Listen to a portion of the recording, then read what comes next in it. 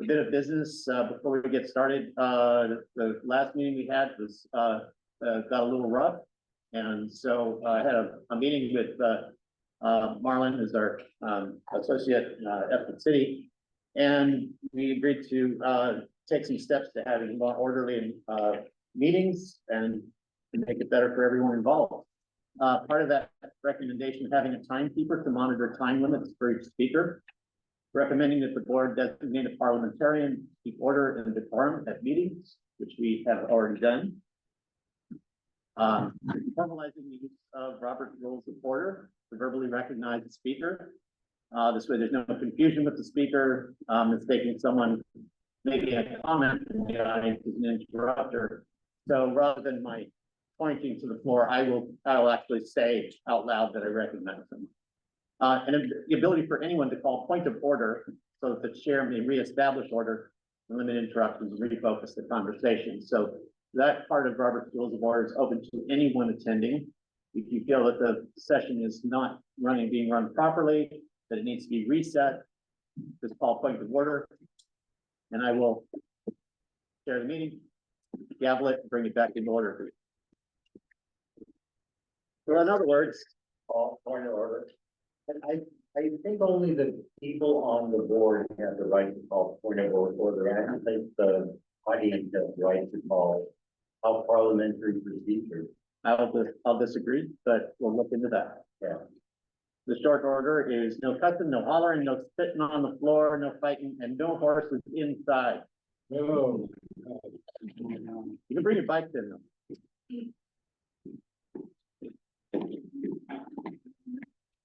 So agenda setting modifications, we do have two modifications to the agenda today before we get started. So I'll read the rest of this. The chat entries are not considered official communications, but we do encourage attendees to enter their name and email address into the chat for attendance taking and subscriptions to our newsletter or announcements.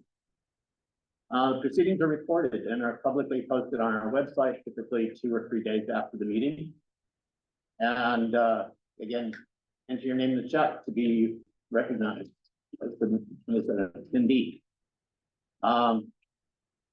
For agenda modification, we have someone here who would like to be on the board. We have open seats. So I would make a motion that we have a ward election for seating an open chair. And we can modify the agenda with a 2/3 vote. Does anyone second? Second. Okay, Jim seconds. Any discussion? So someone here right now wants to go on the board? Yes. Okay. And we'll take a vote. All in favor? Who will be voting on it? Oh, I'm sorry, could you go ahead and introduce yourself? Yeah, my name is Kate Cole.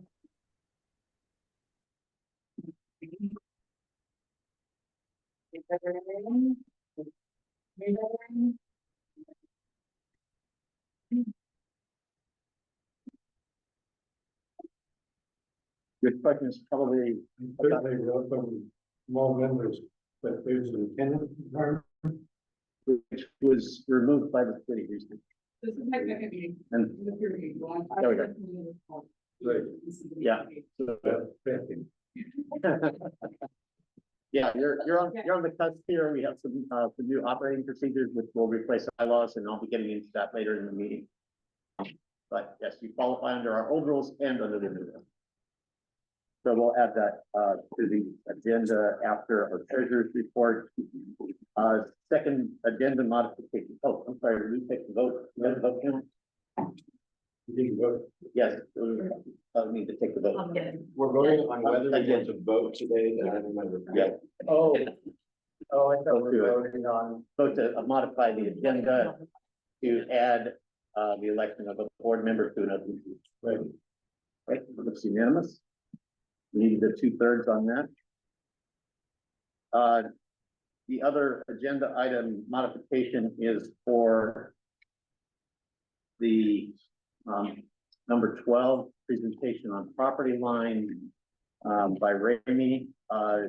We want to also make that a voting item so that we can a vote on whether to write a letter after her presentation. And she has a draft letter. Is there a second? In seconds. Any more questions? I'm sorry to back it. I was just going over our bylaws. I think if we couldn't vote for a new member to join today, I don't believe we can. Well, we have an open seat. Even if there's an open seat, it has to be on the notice agenda on the door that the vote like this is taking place. And basically, so after the regular meeting, in which the vacancy is declared, which you're doing now, you have to nominate a committee to prepare a list of that eligible member, even if it's only one. Okay, And it will be voted on at the earliest possible regular meeting. okay. So that sounds perfect. Then I'll defer to our parliamentarian. We will elect and seat you, next month. It seems like I didn't have to notice on that sheet on the door. I Okay, didn't know it's gonna happen. okay. Better safe than sorry. Thank you. Will you be able to attend next month, or do you know yet? Not on time, I. Fair enough. Okay. Thank you. And there's some exciting news too in terms of community leaders, in terms of remote attendance. Yes, Scott. So we have a motion on the floor whether or not to make this next time. I have a question. Yes. This is the city frame. And they just told us there's only 3 different reasons why we can put something on as the action item without a due proper notice. It's a time sensitive thing. Okay. And I forgot the other 2 things, but they're all basically time sensitive or emergency. Okay. So I'm just bringing that to your attention and asking if this letter you like immediately. It actually would be in terms of the impact it has on our presenter and the legal cases currently in process. But, and it's not a new, Because we just got Trevor and maybe Brown that into it. okay, But I would, it's your call. So did I. I'm gonna stand with the motion. Jim stands with the second. We can take a vote. So, and Voted what? Sorry. whether to modify the agenda item 12 to include voting on whether or not to submit a letter to the city related to the presentation. Oh. Okay. Looks good then. Point of order. Yes. It's listed under action decision items on the agenda. So Okay. the way I interpreted that was, anything that's under action decision items, we could take a vote on. I don't think there's a problem. Good point. To vote on the new members. And it's in the correct section. Number 12. It's under the action decision item. Got it. So as a sub bullet to that section, it would allow a vote, even though it doesn't say vote following in front of it, which is something that I made up.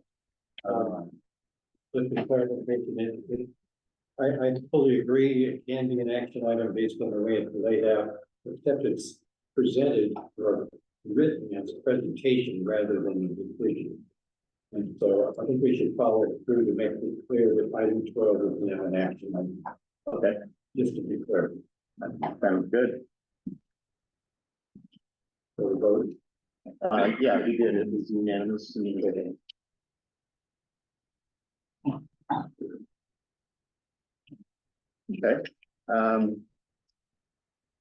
That being out of the way.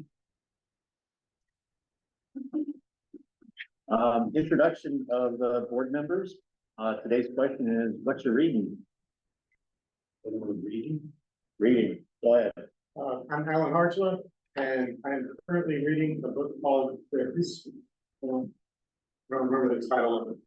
The last one I finished was the English translation of how to turn into a bird. Oh, okay. Scott Kessler, I'm reading my email. Excellent. Very in the now. Throughout that reading, Standing by Ground, another police officers that were involved with Jim in January 16th, and that. Any girls, that I'm currently reading on it, maybe, and leave. Oh, no. Okay. Well, one of the great all-time favorites, yes. And Soderbergh, and currently reading latest issue I have of National Geographic. Oh, okay. Paul Coogan, I am currently reading Raymond Chandler's The Lady in the Lake, Pulp Fiction. Jacob Coogan, we're reading, I don't know the author, it's called Cosmic Consciousness, about, art and philosophy.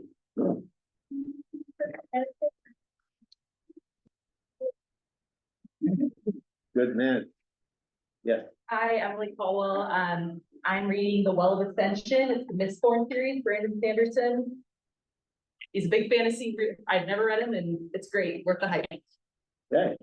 And slower, really. I'm amazing. So it's pretty well. Very pain when it comes out by me. All right. Next up is the approval of the minutes.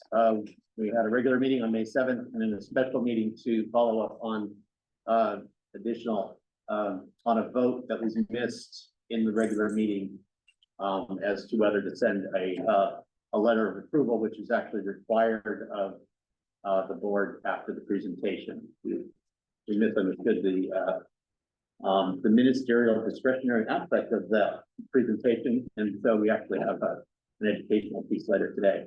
So, I guess we'll vote on each of the approval of the minutes individually. So we have a motion to May 7th. Approve the minutes. Okay. And a second. Second. Okay. All in favor of the approving the minutes for the May 7th? Good. Okay. And then for the May 21st, we have a motion. Motion to approve the minutes of May 21st. So I'll move to approve the minutes made later. Okay, and then the second. The vote. Okay, and nays or abstain? Reason for abstention? I wasn't here. Okay.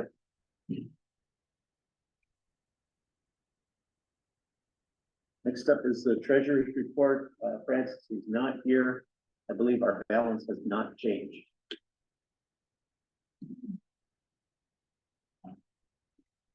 Time for non-agenda public comment.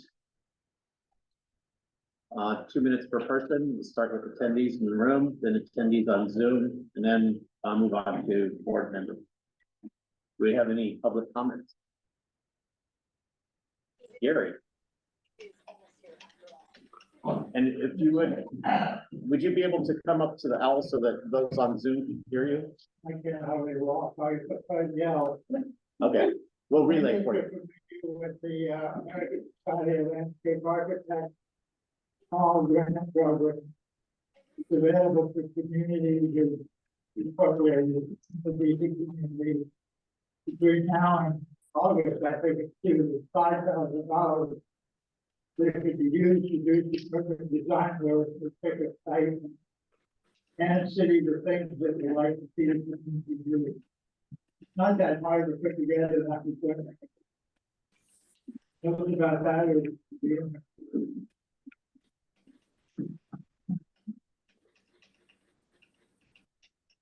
Okay. Do you know if that grant includes things like community gardens? Yes, it's very wide open to what you can do. Okay, I would aim for water and stuff. well, I'll definitely be in touch about it. I'm sure Jim's taking a minute now too. Anyone else? All right, anyone on Zoom would like a 2-minute public comment? I'll have to unmute. I don't see any hands either. All right. Let's move on to digital communications and email. The board? Oh, sorry, comments from the board. Yeah, I don't think it's on the agenda. We all attended a training that the planning department put on for board members to help protect us from liability and also make sure we operate correctly. And the new news that I thought was worth mentioning is that apparently the city is deciding that a modification or a change in the Brown Act about attending meetings is in place. And so it appears that soon the city will allow planning group members, board members and others to participate and vote and count as attending by telecommuting. Right, so that currently we have to be here in order to vote, we have to be here live. And if we're telecommuting, we have to give our address and allow the public into our house to participate, which I'm not about to do. I trust you all, but we're not. But anyway, I thought it was good news, so that, for instance, a new member could be able to participate remotely if they change this. That's it. Well, thank you, because that was one of the announcements I have is that that's been approved. But it has been approved, So it would be effective on our next meeting. so you'll never see me again. At least from the shoulders down. All right. Any other board comments? All right. Digital communications, any emails, social media posts that we should be aware of?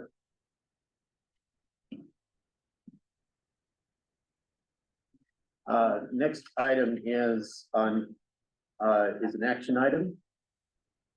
Shall the board have a timekeeper? And we got some discussion on what are the duties, who can qualify, and how will the role be assigned, and will there be a stipend? I guess we'll take the motion first. I guess I'll make the motion. We have a second? We have a time to do it. We do, but let's take a second. Do I have a second? Okay, now we can have an open discussion. We currently have a timekeeper. It's an informal arrangement, but this would be memorialized, and we would also set some parameters on it, like if Harper is unavailable, how do we assign the task? And if someone is substituting for him, is there whatever? How does that work?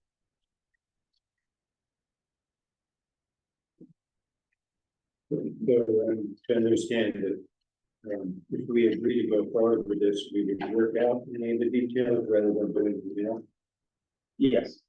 And so one of the details I'd like to make sure is that that bell works, and it's nice and loud. Do I hear it? It's not loud. I think we need a bigger bell. We need a bigger bell. And I think we should make it clear that the timekeeper does not have to be a member of the board, because currently our bylaws require board members to be over 18, and you don't appear to be over 18.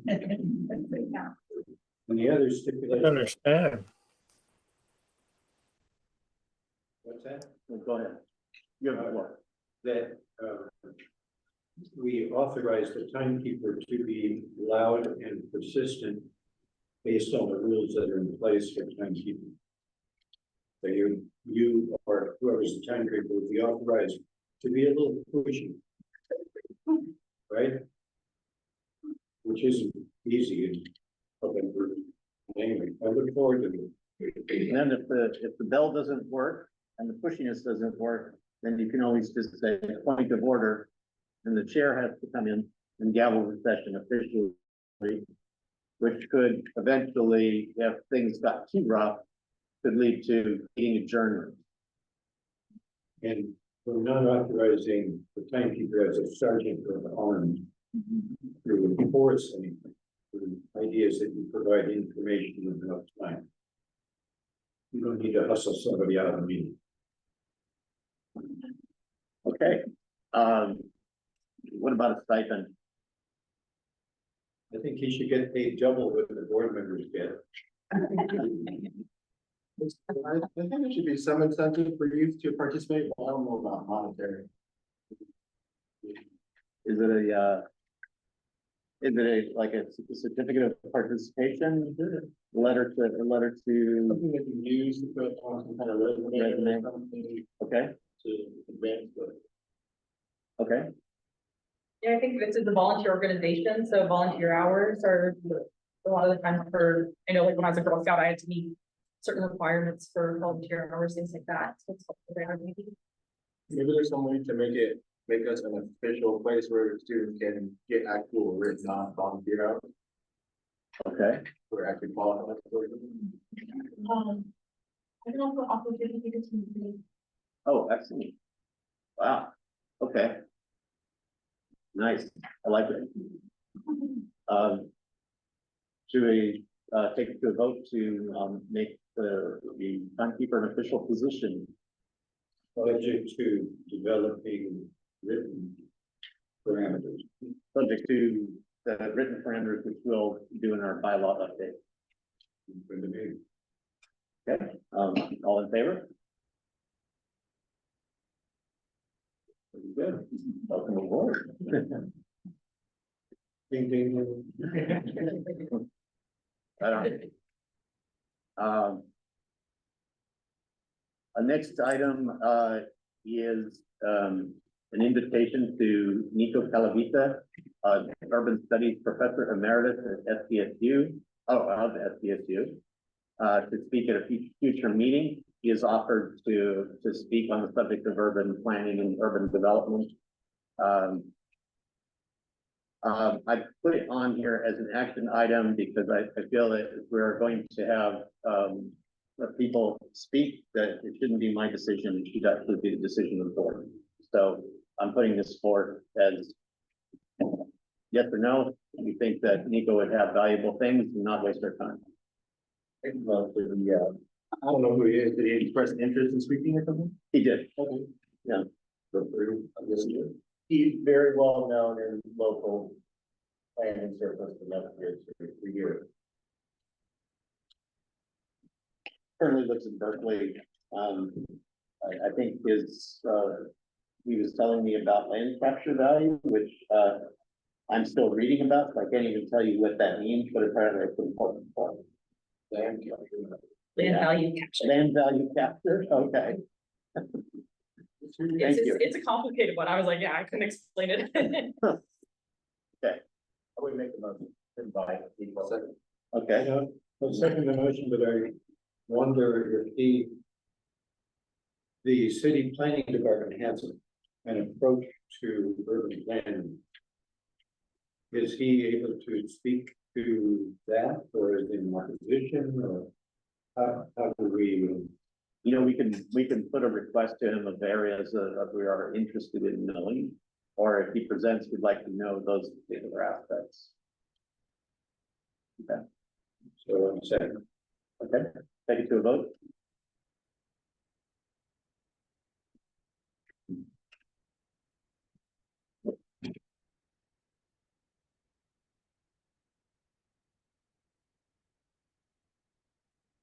Title on this one is wrong, but the subject here is about, the city operating procedures, which were submitted as part of, the CPG renewal process. We were told that these operating procedures, should sync with our bylaws. It turns out that they actually replace our bylaws, except for those CPGs which are incorporated and are required by the state of California to have bylaws. So these operating procedures would supersede our bylaws, and we would take anything that we want to have as modifications and make an addendum to the operating procedures. So we would no longer have bylaws per se, but we would have operating procedures plus addendums. That means that we'll need to review our bylaws and make sure that we're not leaving anything behind.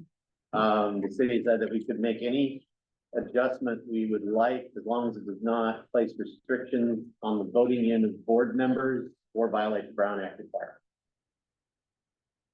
Yes, Jim. this is a potentially big change. One of the items I remember that we have specifically in our bylaws, which I'm not sure is gonna be part of whatever the whole thing is so here, is that in order to become a member of the board, we have an election. And especially when there's a contested election or we're deciding, our current bylaws require 2 votes at least. 2, so a potential board member has to receive 2 yes votes in order to be accepted onto the board. In other words, they can't just vote for themselves and no one else votes for them and they get on the board. I think that although the person who was involved with that problem isn't here, it seemed to be important and workable, and I would ask if the board agrees that we ask that continue to be a requirement of election to the board, that they get at least 2 votes. Yes, Scott. Wouldn't it matter what the city's new overarching controlling rules would be? What did they say about taking over our bylaws on that subject? Like, is 1 vote okay, or, I mean, what's, I have not seen the final version of the operating procedures. I've only seen the one that we submitted. And we redlined their version to add or actually clarify their diversity statement because it disagreed with the statements that were in 624. So we kind of fixed their document, but I don't know what has come out the back end yet. So my request is that we, if we agree, ask that either research and find out if it's already part of the bylaw that the city or procedure that the city bring forward, or that our procedure include this item. My understanding from previous review of bylaws is that there were standards provided, and if a community planning would want to vary from those, they could, if the city council agreed. So I'm asking. I believe that would be the case. So if we found something that we feel is flawed in their requirement, and we want to, make something a little more restrictive that we can submit that. Let's down. So it sounds like you don't have a copy of the final operating procedures, is that right? Not that I'm aware of. Not that I'm aware of. It might make sense to form a committee to go through, compare our bylaws with whatever operating procedures are, so we can identify where it is. I agree. And then bring it back to. I agree. Did you prepare this agenda? Yes. Even on here, you listed, we can amend it as long as it does not have anything to do with voting, basically. So yeah, unless we know what their item said, we couldn't even change it, right? Does that have to do with voting? So I would make a motion that we form, well, actually, we don't even have to make a motion, right? We should form a subcommittee to review the bylaws and the operating procedures, merge those 2 documents, and find any exceptions that need to be submitted back to the city to approve. That's a mouthful. Did you get that? Yeah, I just brought up the 2 vote issue. The other issue I'd like to address in research is the attendance requirement before someone can become a member of the board. Whether you qualify for being on the board for residency, working in the neighborhood, Owning property. owning property. And we previously had many planning groups that required that you have attended at least some number of meetings before. I think I heard from you that there is no attendance requirement before being voted in. The last thing I heard was that it had been removed. And that seems to me something that we might want to reinstate or ask if it could be. I would agree we should ask. Okay, then let's form the bylaws subcommittee. We have volunteers. Our parliamentarian, wonderful. Our former chair, Alan, excellent. We could probably do it. We all have a copy of it, we go through it all and come together. And whatever we saw, Yeah. and whatever I want. Exactly. Yeah.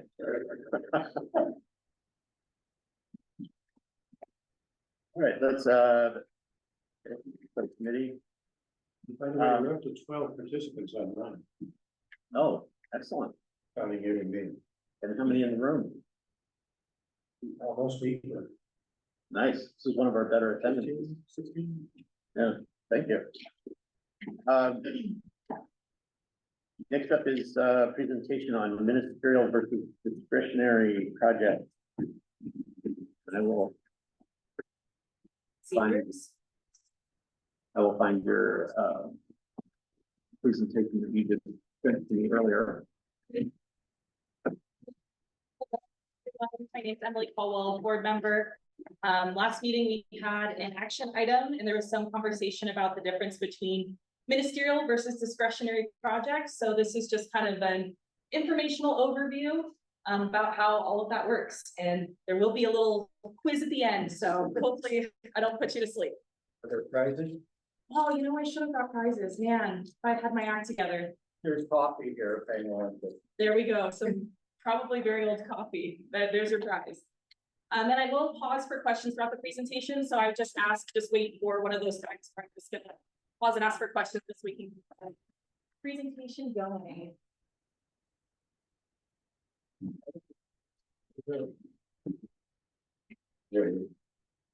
Great, thank you.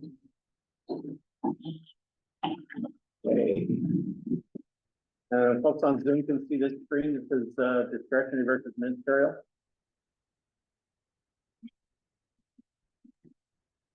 We can see it on Zoom. Great, thank you. All right, yeah, next slide. Okay. All right, okay.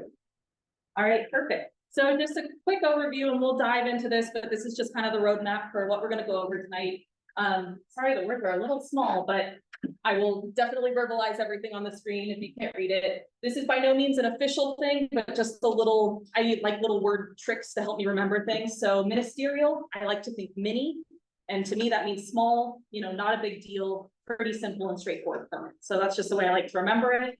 Discretionary has that root word discretion in it. So that's something where the city needs to make a decision about an item, requires a little more time and review. It's important to note that every city has its own level of decision-making process. So we're going to go over just how the city of San Diego works. This would be different in La Mesa, Chula Vista, any other city throughout California or the US. The city of San Diego has 5 processes, and we'll go through what each of those are and what they mean. And that's established by our land development code. So basically, generally speaking, as a process level increases, so does the complexity of a project. So process 1, pretty easy, straightforward. Process 5, that's going to be the most complicated and it requires our highest approval, which is at city council. So we'll dive into that through presentation. Next slide. Sorry. That's okay. There you go. Yeah, sorry about that. No, it's me. So what is a ministerial project? Under the city's code, that is a process 1 decision. It's a by right development. So that's something that all staff is doing is reviewing, making sure it complies with building code. It's a safe place to be. And then they issue their stamp of approval. Some examples, building permits, electrical permits for any homeowners in the room. You probably go submit your permit to the city. Maybe it takes a while, but you get an answer back. You don't have to go before a public body for a hearing for your approval. So that's ministerial. Next slide.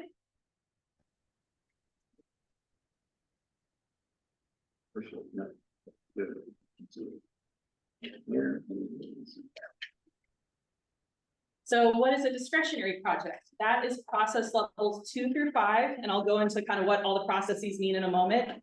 But that starts.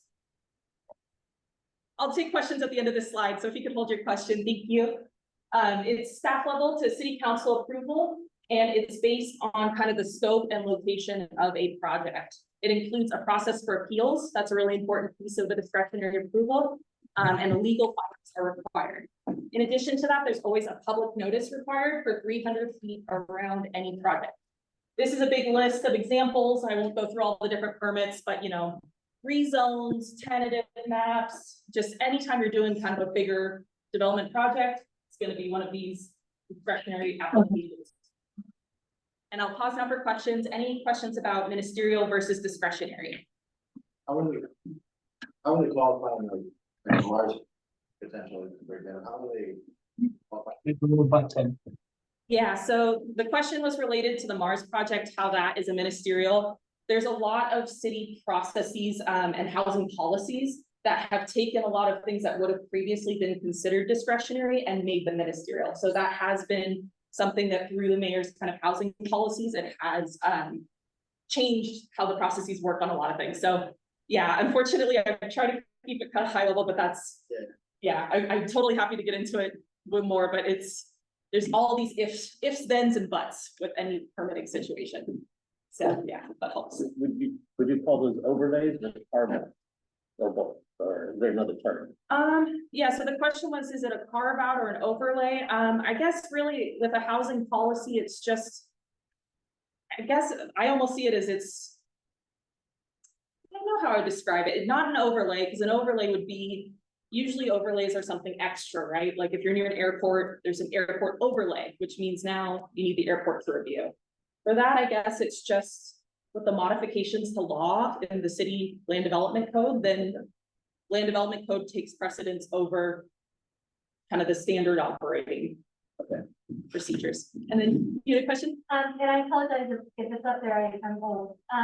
So is where the project is happening, say like in a high fire danger area, is that enough to split the chief's question? So yes and no. One big one is if it is located on what's considered an environmentally sensitive land. And in the city, that's any property that has like sensitive vegetation or steep slopes, so canyons. So that's why I said yes and no. So just, if you were in a flat place, and happen to be in a high fire area, that necessarily alone would not trigger it. But because high fire areas typically are located near open space, canyons, steep slopes, then potentially, yes, that would trigger the discretionary permit. Any other questions? Okay, so next slide. Now we'll get into kind of the different processes. I apologize, I know the words are a little rough to read, but this is a city graphic that I like because I can kind of visually see what all these different processes mean and their decision levels. So I'll just kind of read it to you since it's probably a little blurry, but you can see at the very top, process 1, you submit your plans, staff reviews it, staff approves it, ministerial, quick and easy, done. Process 2 through 5, that's where you can kind of see here, there's now this thing for appeals. The one exception to that is process 5, city council is our highest decision-making body. So you can't appeal because there's no one higher than city council. So you can see just for a quick example, process 4, you submit, it goes to staff, you go to your planning commission hearing, and that should be the approval, but someone could come in and appeal you up to city council. So that's kind of how the different processes work in terms of who makes the final decision about permit. Yes. When is the community planning group involved? Yes, that'll be in a couple slides, yeah. Okay. Next slide, please. So as Jim mentioned, we had our annual city planning group training. This is a slide that they had in our training video. It's just another way to kind of present the same thing, different way to present the information, but you have your process, decision maker, and who you can appeal it to. So just kind of another way that you can kind of visualize that. Next slide. So community, or I'm sorry, let me pause here. Any questions about the process? Levels and decisions, appeals, anything like that? There's no appealing on the ministerial project if the outcome. Yeah. Appeal. There is not an appeal process because, it's really at that point, you're following all the rules as long as it meets building code, then your only kind of place would be, I guess, code enforcement. If there was something that was not in compliance, but really the purpose of ministerial is you're not making any major changes, right? Like maybe you're just adding a patio to your house or, Building ADUs. Exactly. Yep, yeah, it's just allowed in the zone. You're not doing anything that's kind of out of the ordinary. Yes. I think it's fair to offer a you know, Emily, what you're saying in context, which is like you asked about the March project with the deputy. So that would have been a cost of 5 probably. So the city lawmakers took all of our power away, our discretion, and said these are the rules you have to follow, just like they're taking our bylaws away, saying these are your new rules. So we used to have a lot more discretion if a project was not ministerial and needed approval by the committee. The project applicant had to come to the meetings. Now the new rules is they don't have to come to the meeting. So I think for people who have been around for more than 2 years, or 3 years, when all these rules came back, it basically the city powers to be taken all the discretion away from us and said these are the new rules we have to follow. That's my opinion.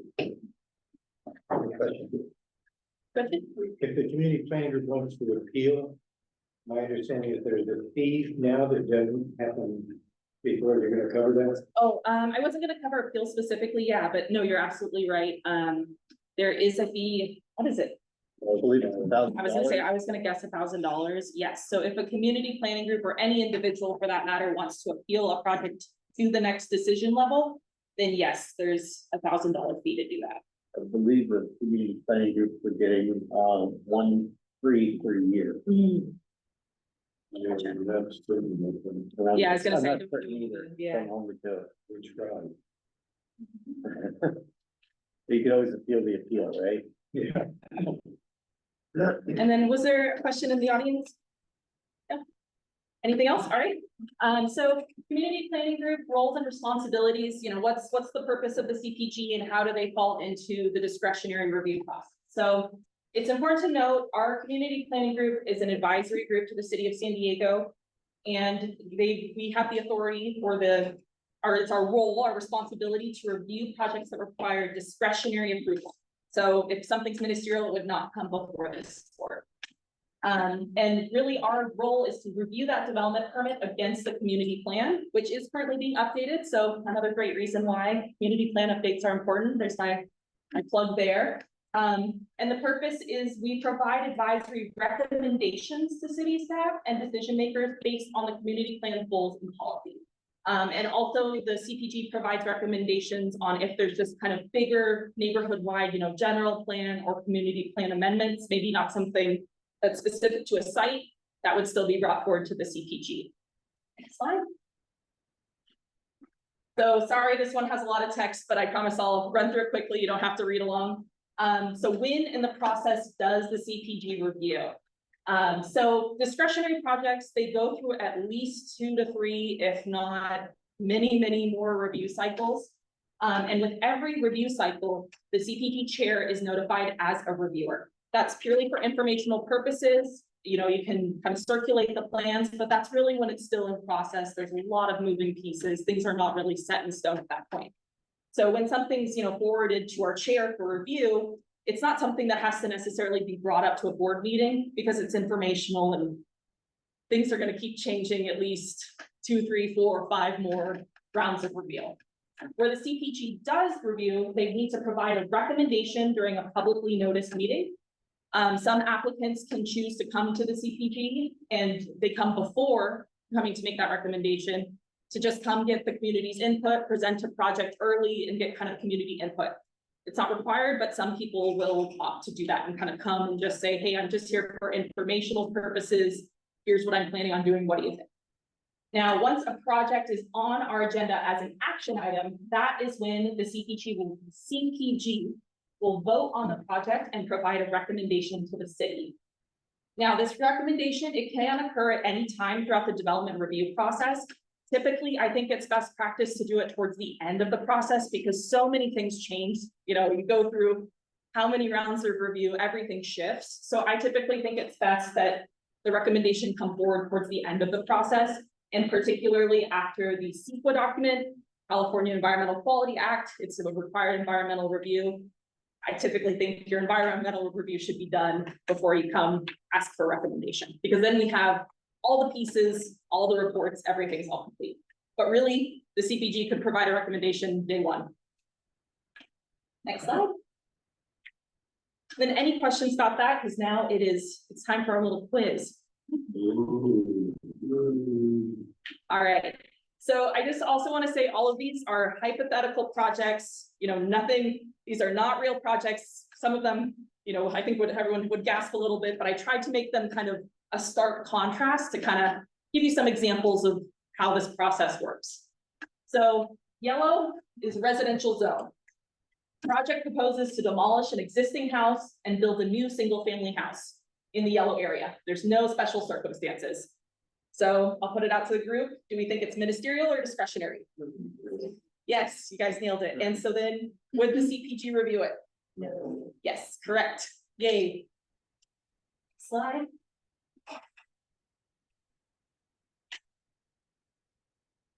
Okay, and again, not a real project. I just tried to pick something that, you know, would just kind of demonstrate some examples.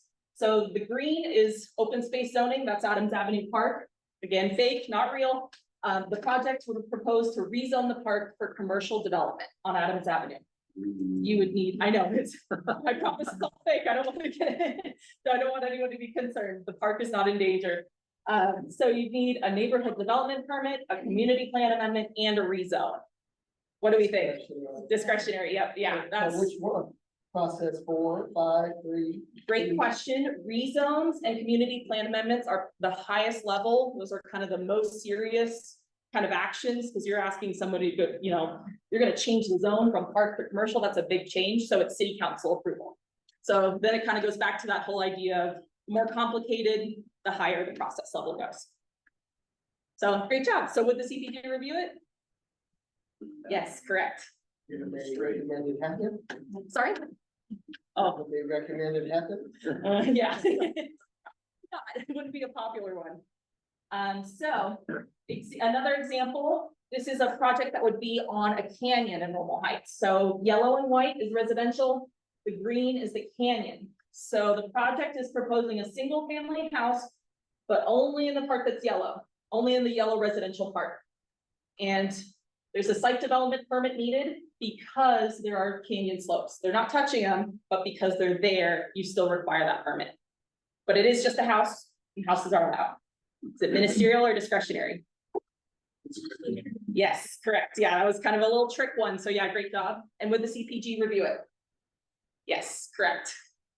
Sounds a lot like the Benson place. I thought it was a good example. Yeah, I think that was a particularly tricky one, right? Because since it was just a house in residential zone, it should be ministerial, but because of the canyon.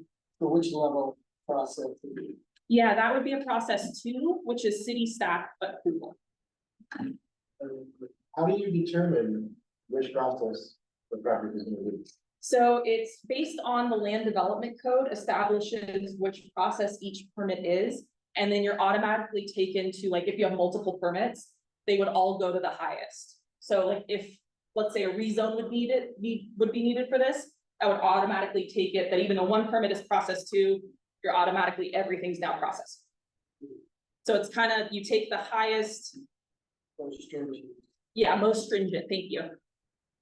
But is there some document or something that says? Yeah, the land development code. So if it's like part of our municipal code in the city, if you Google like whatever permit you're looking for, it'll state kind of all the purposes of the permit, and in there it'll also state the process level.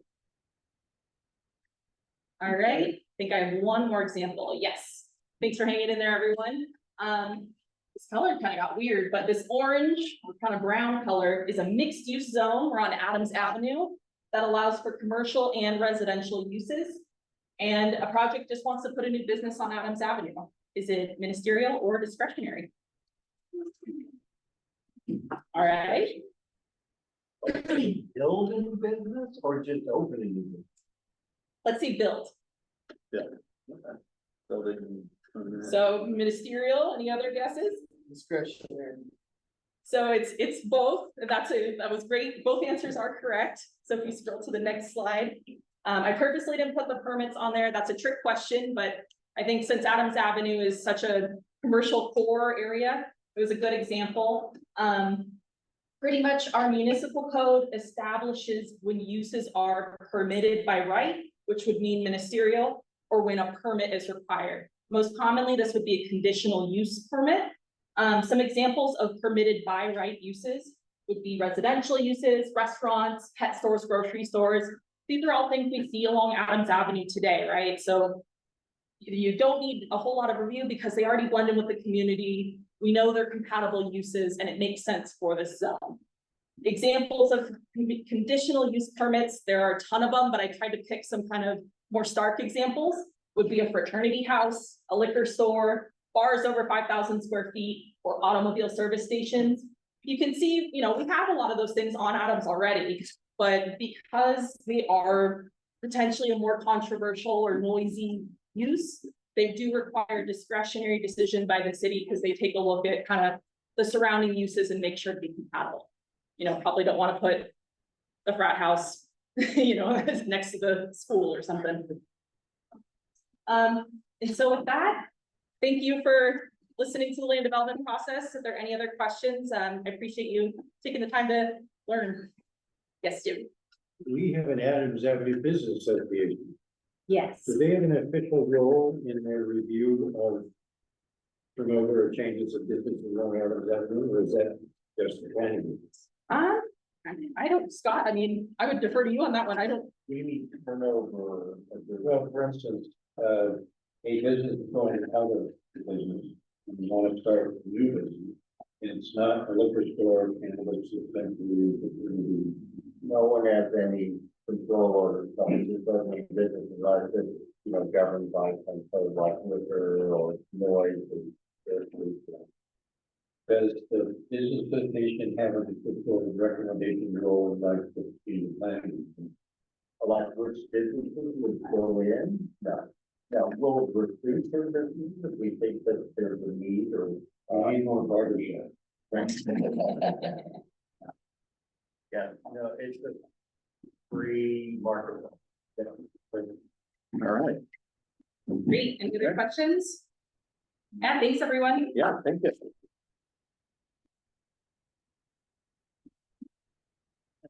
There's a question online in the chat. There's a question in the chat. Okay. Was there a frat house in Normal Heights? Not that Yeah, I just chose it because there was one that would require conditional use permit if they were to come here. Right. Thank you. Next up is presentation on property lines by Ramey.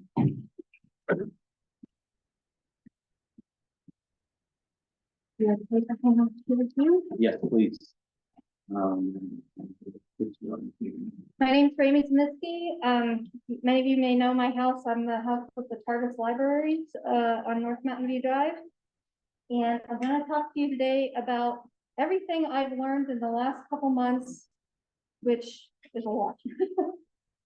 So, next slide, please. So, if you don't know the history of Normal Heights, it was back at the turn of the 19th century, the University Heights Syndicate created Normal Heights, and we put a map up over on the wall there. It's the original 1906 map, where they laid out our entire community, basically from Madison to where the two freeways are today. And each area that's surrounded by streets, they had a different block, and within those blocks were all of the lots. And you'll see if you look at the map, some of the street names have changed, but the streets really remain the same. There are a couple that have been added on the canyons and things like that, but for the most part, that's what we have, and that's who we've been. So then, if you can go to the next one. So how they determined this gets to the crux of the problem. They basically found 4 points. They found those 4 points, they measured it. They gave those measurements to the cartographer, who went back to his office, sat in an office and came up with that plan. There was no survey done at the time. That's just all his map. So if you take that map, and I can tell you because I've done it, take that map and take the grid lines and create a grid and overlay that grid onto a satellite map that you can get today from Google Earth or whatever you want to do, it lines up. The streets line up, the alleys line up, the lots line up, except for a lot of the canyon lots have been split up and some of the rectangle lots have been split up, but for the most part, that's what you got. And this is the same map. It's better if you look over there, a lot more detail. I'll go ahead and maybe zoom in a little for those that are on the Zoom. Yeah, So I think we are in, this is Adams, so I guess we're, Holly, right Holly. over there. okay, so we're sitting here. Okay, And if you didn't see it on the previous slide, that was named after the president of the syndicate that created this community. And that's good. So what I'd like the people at home to do is to right now, while you're listening to me, go to either Zillow.com or GoogleMaps.com, get into our neighborhood and start drilling down, zooming in until you start seeing lot lines. And take a look at those while I'm talking to you. So my history is that we moved here in 1989. Bought the plot over there, and we immediately met our neighbors who let themselves be known. On the west side was Victoria, and she had been there for decades, and she told us right where our property line was. And then Mrs. Johnson, and I don't know if any of you really remember Mrs. Johnson, but of course she told us exactly what she thought about where the property lines were. And we understood them to be what they were. Our deed only says lot 30 and block 12 of Normal Heights in the city of San Diego, county of San Diego, state of California, according to the map thereof of 985, which is that map over there, filled in with the office, filed in the office with the county recorder on May 9th, 1906. That's all it says. There were no surveys, no latitudes, no longitudes, no nothing. This was just strictly math. And that's what we bought on our deed. So next, please. So in the 1990s, the city replaced our curbing. You'll see it right there. And you'll see this ramp down right here. We were told by the people that put this curb in, that ramp down to the old curb was the property line. So property line right there. So that's what we were told. And the next one. So after that, in 2003, they replaced the sidewalk here. They also said, when these guys put in the sidewalk, they said, they're taking it to the property line. And you might be able to see right there is the curb. They line up. You see our property going up here. Now, when they put in the sidewalk, they didn't retain the monument that was there. And the monument is that little lead pin you see in sidewalks and streets that are supposed to denote where things are supposed to be. They didn't retain it. They took it out when they took out the sidewalk. They didn't immediately put it back in. A guy came a couple days later and did that. So when he came and put it back in, we immediately noticed that pin wasn't in the same place. We were told, close enough, don't worry about it. Well, that's why I'm here today. So I found out today, and thank you very much for your help. I did talk to somebody from DSD today, or from engineering. And I found out the gentleman's name. He walked me through the process of how he did the math. He found 2 points, which I don't know how you can do it with 2 points, but he did it with 2 points, found the math, and that's how he determined where this is going. But you can see there's that drop down. There's the new sidewalk versus the old sidewalk. That says 8.5 inches. That's not close enough in my book, but it is what it is. So next, please. So then later on, They replaced the sidewalk in front of Ken and Debbie's. That's 3227. That is Victoria was the original owner. She sold it to Ken and Debbie. And they replaced the sidewalk. They didn't replace the monument in that one. They took it out, didn't preserve it, didn't put it back. So then in June of 2014, because the fence between our property and Victoria's original property was falling down, we had the fence replaced. If you remember what June was like back in the days before we got rain here in San Diego, you didn't dig new holes in San Diego in June. So we used the exact same holes, the exact same line. It was just a replacement of the fence. So, next please.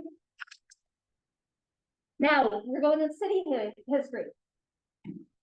What I found out through doing research and going down many rabbit holes is this city has had a lot of problems with what we have experienced. They were not preserving the monuments. They were not putting the monuments back where they belong. This city engineer, Ray Hall, was even put on notice by the state. And his response was, I don't work for the state, I work for the city. So he didn't care to follow the state law, which would explain why monuments were not preserved and not put back where they belong. He also made the comment, should be okay that a foot or two was acceptable tolerance. Okay, I would love to learn a surveyor who thinks that a foot or two is acceptable tolerance. Apparently this guy was, and he was in charge. Because of that comment and many other comments, our state attorney general at the time started threatening him. Even got to the point where they said, you aren't going to do any projects until you get your act together.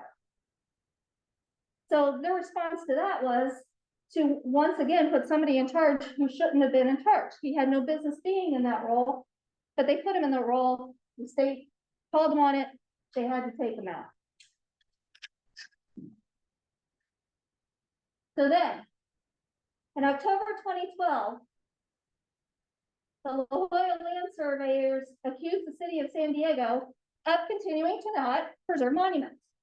One surveyor basically was a fortune teller and said the property owners are hung out to dry. Yeah, tell me about it. Now, Greg Hopkins acknowledged that they weren't doing it correctly. But he'd only been in the position a month, so he had a lot to learn, I guess. But he said it's not intentional, so all's okay. In May of 2013, it was so bad, a grand jury put a report out there saying it's still bad. You have a history of not doing your jobs properly. You have a history of not following the state law, and you're still doing it. It's getting better, but you're still doing it. So I encourage, next one, please. There's the links for the grand jury. I encourage everybody to go out and take a look at the grand jury report. So it basically, we saw years of what was happening. We have documentation that a grand jury agreed of what was happening. Now let's get into what it created. So in 1993, basically, was when GPS really went live. Now, GPS,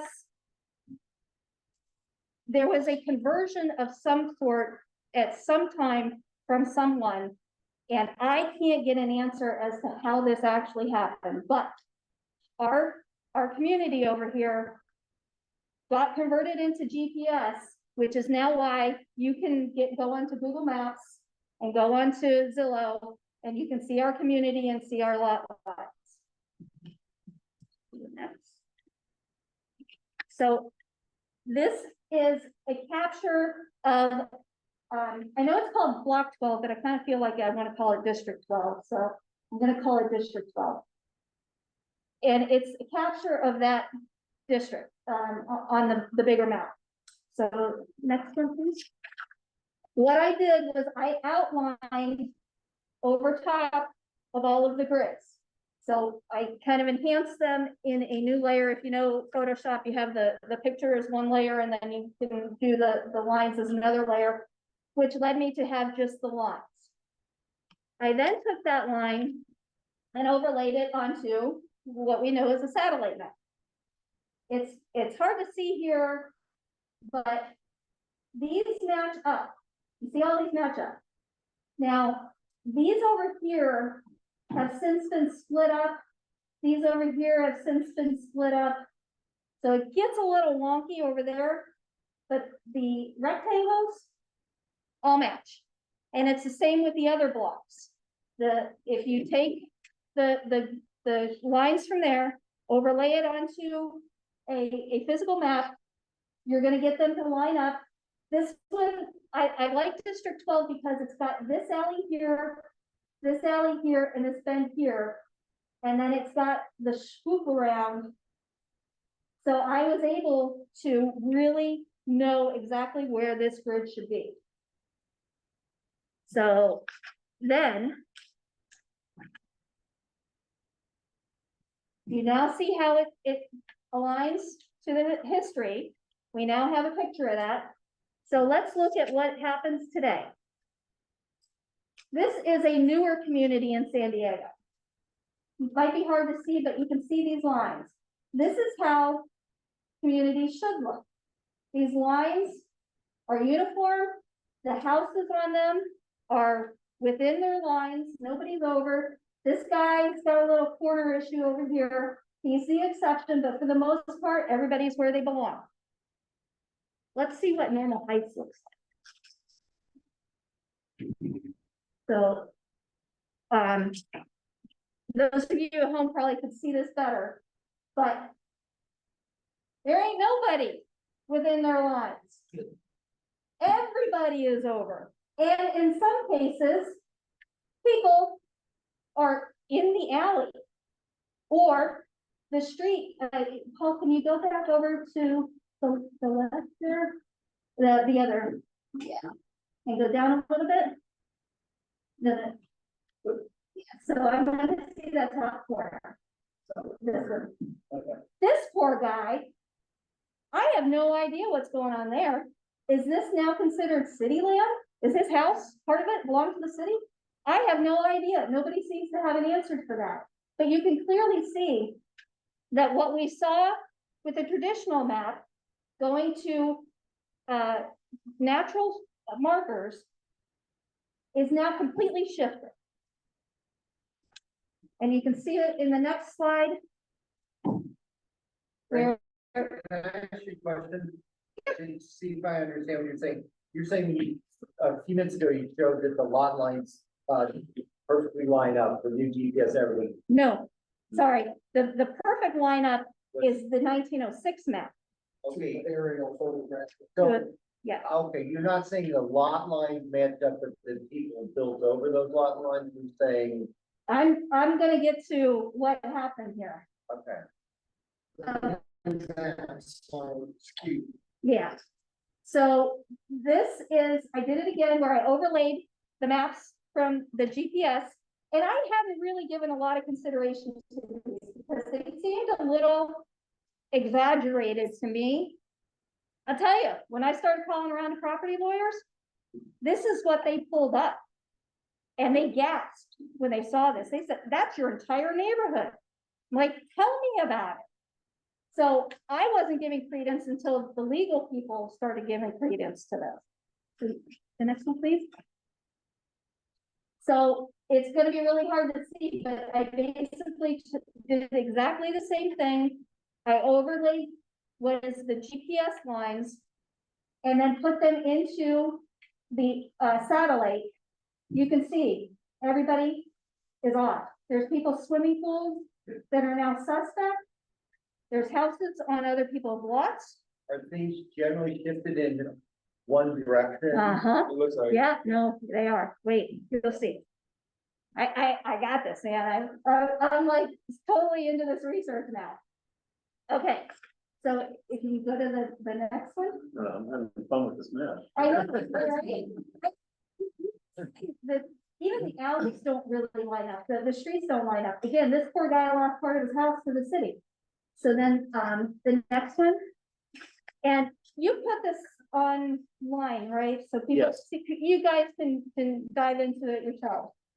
All the presentations that we have at the NHCPG are posted on our website after the meeting. Perfect. Okay, so next one, please. Now, it's not just District 12. You see, these are now on the street, or that's an alley. They're in the alley. These guys are in the alley. These guys are in the alley. You can't tell me that these houses are magically now in the alley and that can be correct. It can't be. These are all shifted. This is where the line is now, where you would expect the line to be along the street. And this line for the alley is in the middle of these structures. It's the entire community. So now we're stepping back into my situation. On May 7th, our lawyer got an email from the developer that bought the lot next to us. We had had a lawyer because of multiple issues with the developer. All of a sudden on May 7th, they said, we did a survey today and you're over. Okay, well, we were home all day, we didn't do a survey. They actually showed up on May 8th and came up with the same answer. It's miraculous. So then on May 10th, 4:57 p.m. on a Friday, we got another email from their lawyer saying that if we didn't hand over that strip of land that they're saying we're over by 8 a.m. on Monday, they were gonna sue us. It's the fence that they claim is over the property. It's the fence. They initially claimed 12 inches. I have the same problem with my property. Okay, so we'll get to that. Don't do anything.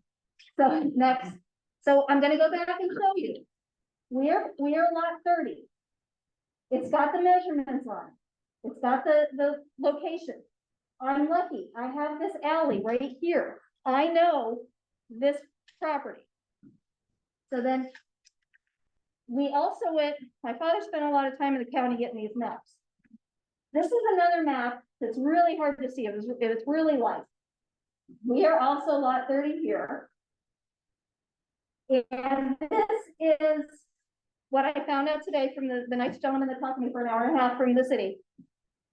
This is basically, he picked this marker here, which the way this heartbeat is here, it's denoting that the marker's on Copley, but that Copley's not there, because as many of you know, that would be closer to 33rd than Copley. Copley runs the other way.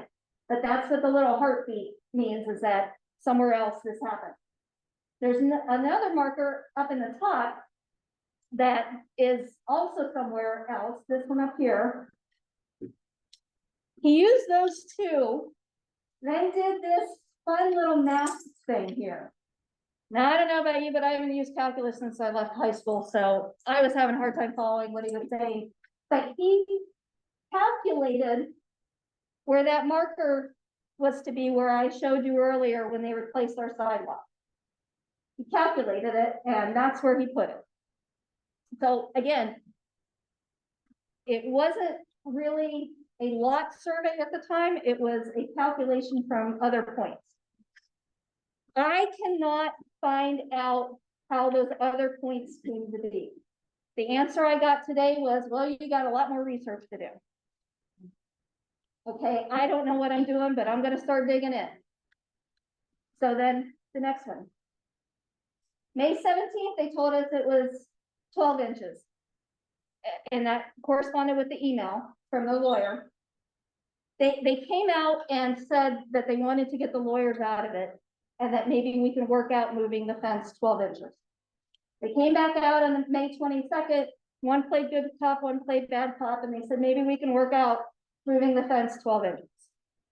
May 28th, they texted me and told me it's 18 inches.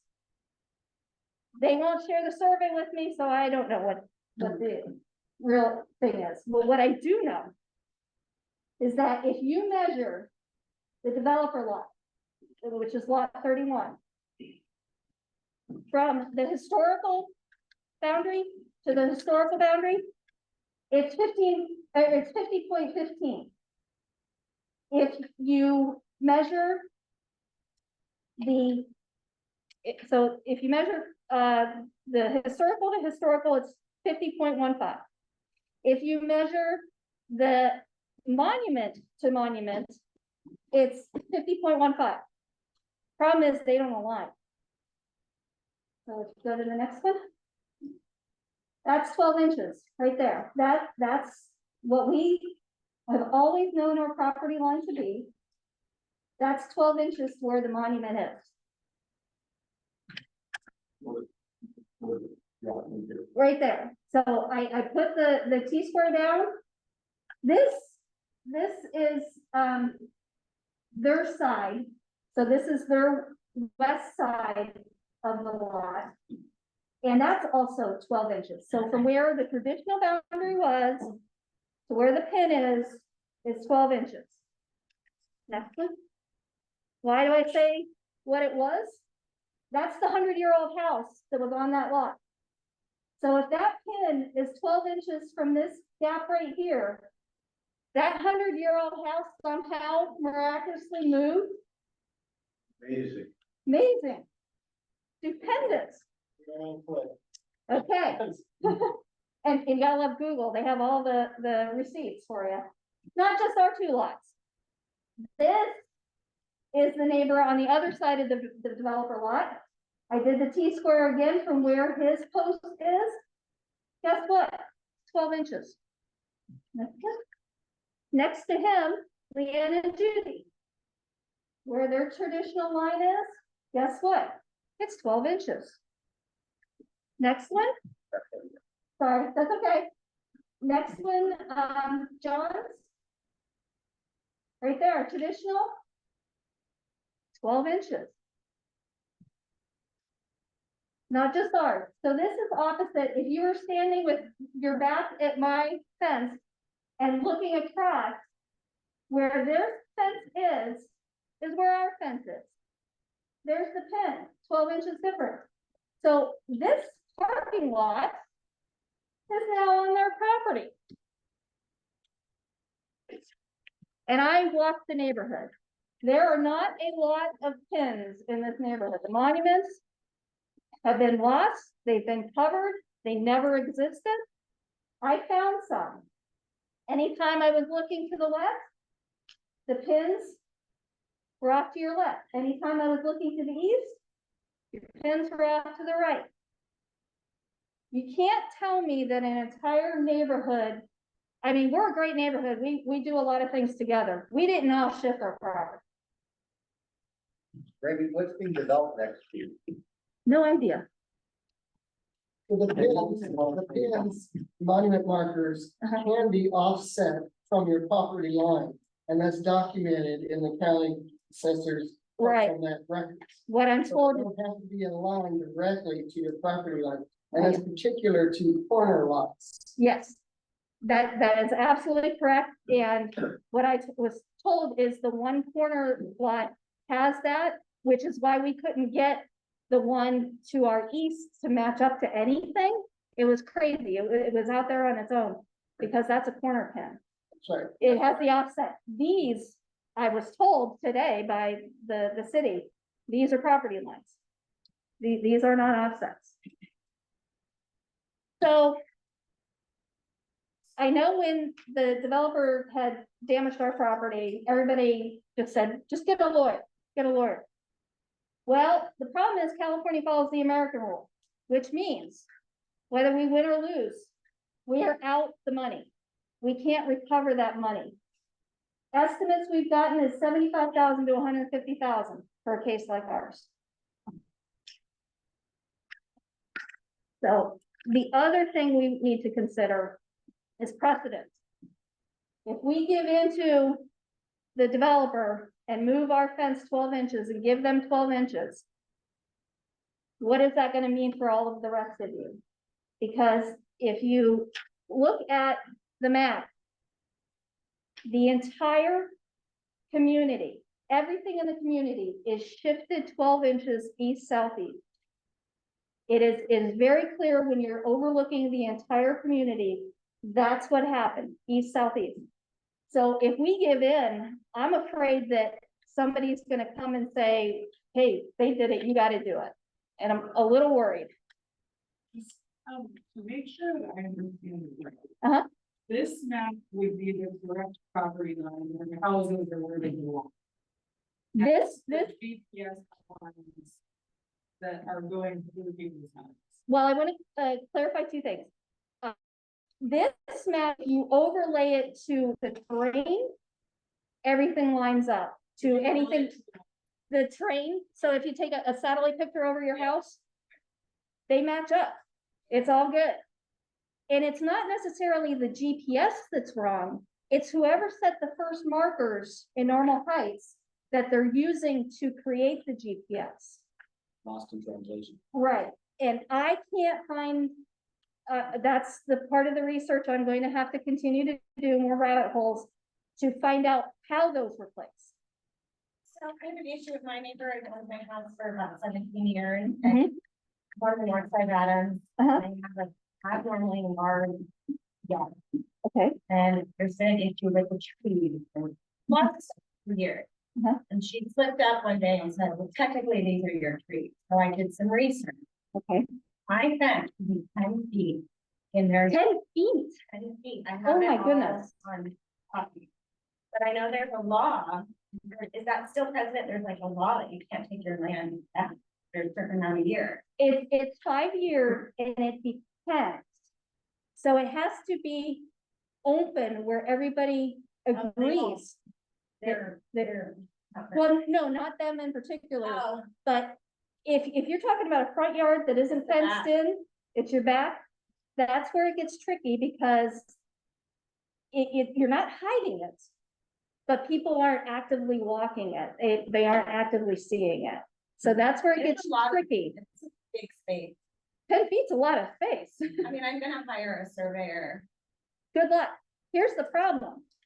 This is happening all over San Diego. We called over a dozen surveyors. My neighbor across the street who just bought a house also called over a dozen surveyors. They don't have time. It's crazy. And the same with property lawyers. We had a hell of a time finding a property lawyer because everybody is slammed because of situations just like this. 2-year backlog. Huh? 2-year backlog. 2-year backlog to get to people. So I'd start looking for that surveyor today. And if you're gonna get a surveyor, the surveyor is gonna go by the point The that monuments, the city said, and they're not right. which I think I just pointed out, they're not right. Measure, my lot does not. It's not the same when it says on Zillow. Well, I'm paying taxes, or something like this. You need to go to the county and you need to get that plot like I showed. And it should give you the measurement. Yes, sir, I'm sorry. Yes, so, I'm an architect, when you do a project. Uh-huh. On most of projects, you need to get boundary survey. And the boundary survey is like the calculation.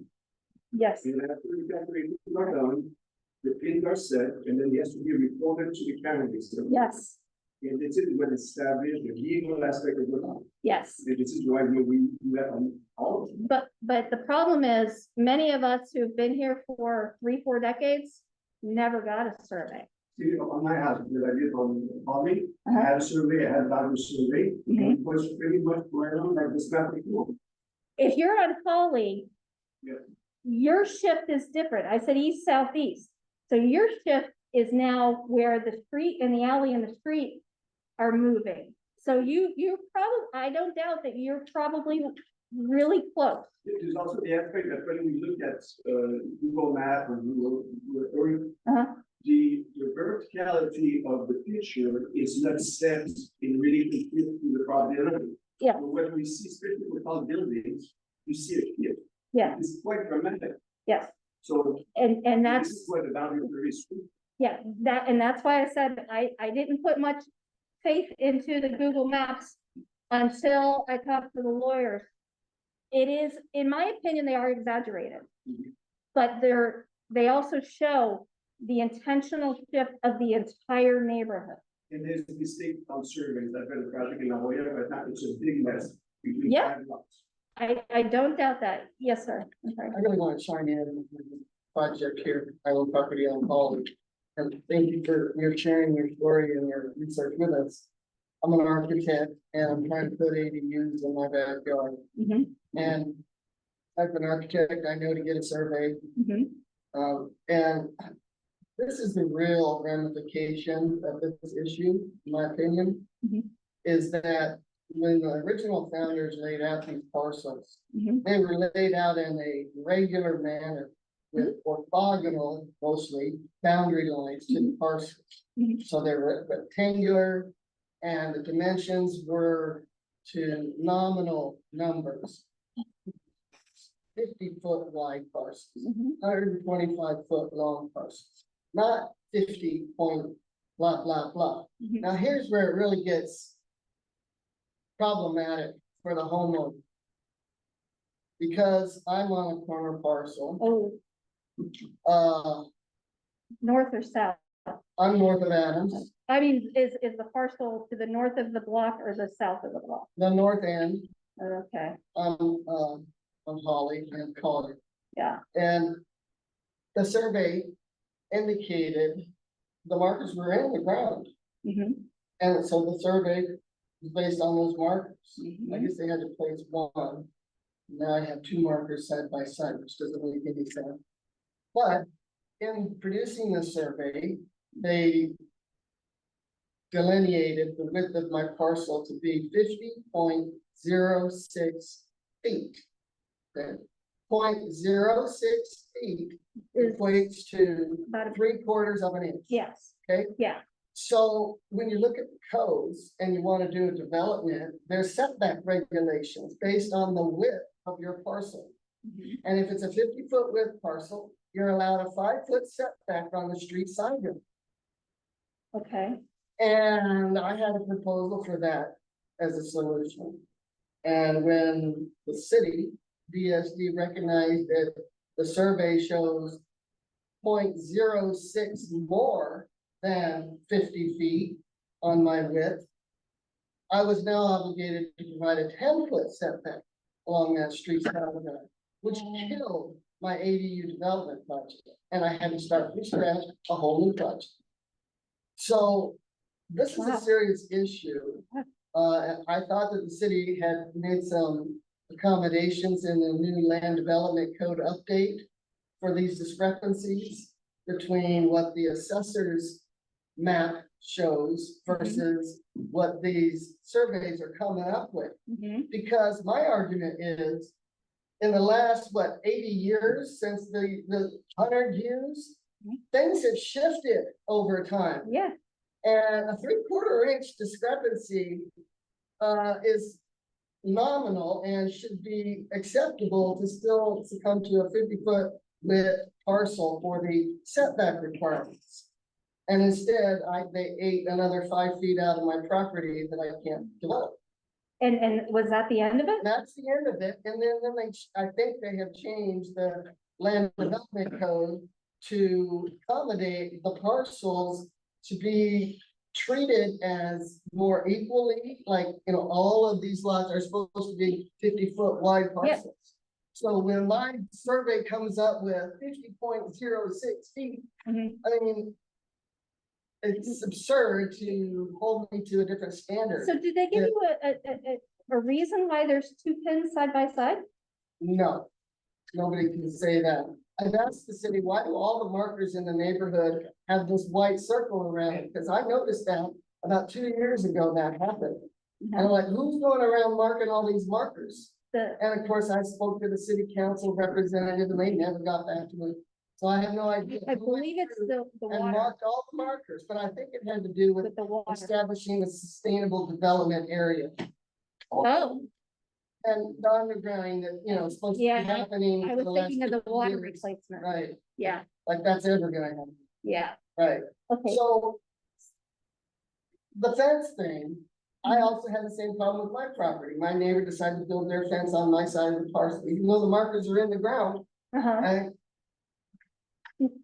And have they measured theirs to see? They didn't get a survey. Oh, I don't have a survey. okay, And I shared my survey with the neighbors. Your fence is on my property line, Okay. at least 8 inches. yes. They don't care. See, They're like, sue me. well, see, that's And I'm not what I was doing trying to say. When somebody says sue you, I'm just it's gonna pretty move the fence. expensive. If it's in my way, I'm just gonna move the fence. It's on my property. Yeah, we They won't do anything for you. no, So I live on Eugene Place, and Okay. my husband did the interview with Channel 8. We've communicated on Facebook. Oh, We had okay. issues with our neighbor on the east and the west. It is 8 inches. We just had our property survey last week. okay, So what we have found out on the west side is our property line is now 8 inches into our neighbor's driveway, which renders it unusable and actually includes part of their garage. Our neighbor is now selling her property. and she has a Oh. Huge lot, oh, and we're worried that the developer can buy it. And we considered putting up a fence on the property line. But it's Well- $3,300. she can't sell that without telling them there's a property That's dispute. slow. Right, and so because we've had issues with the other side, we've had like over $30,000 of legal fees. Yep, we're up to 12 already. Yep. And it is, yeah, huge mess. And that's the problem, is that the developers who are coming into Normal Heights don't care. They don't care what the traditional was. They don't care it's been 100 years. They want what they want, and to hell with you, and they're gonna bully you for it. There's somebody behind. What are the potential doing about it? Like, can we come together, communities and contact? You wanna, sure, you wanna finish out the presentation and then step into that? Yeah, if Yeah, let me just share. that, Okay. The developer that's got the property next to us, bought that property. They told us,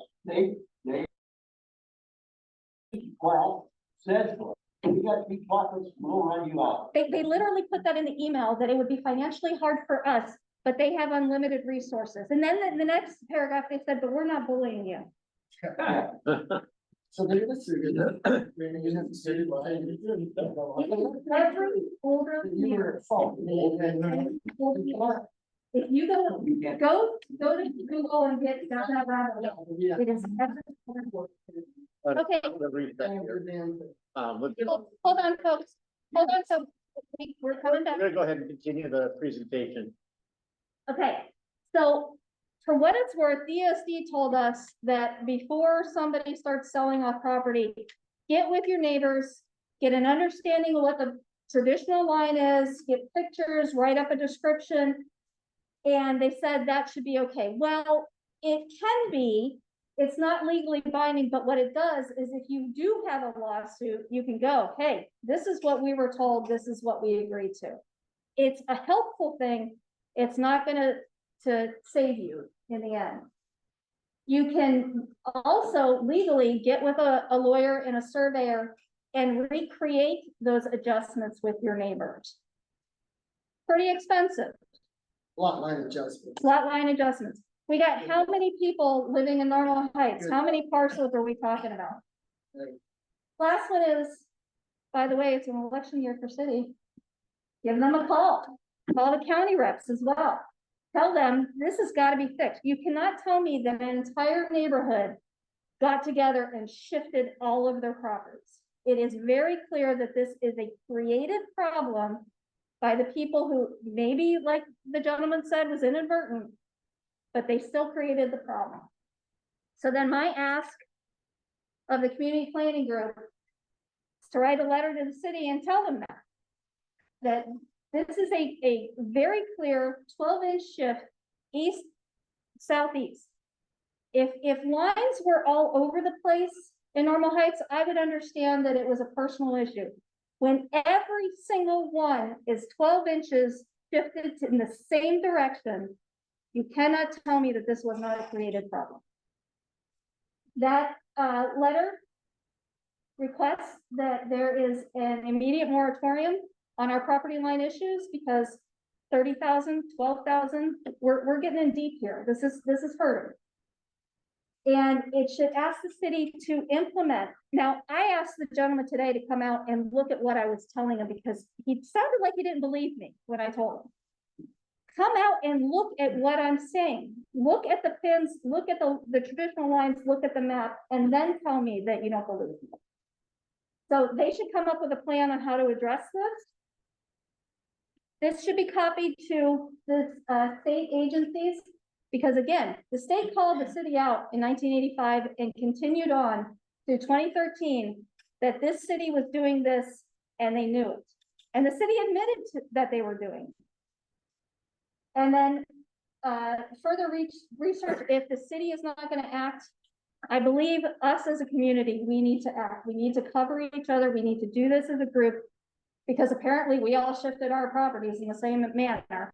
So we should work together to do this. And if it comes to a class action suit, I don't know what else to do, but I'm open to suggestions. And that's what my suggestion is to you, Jimmy.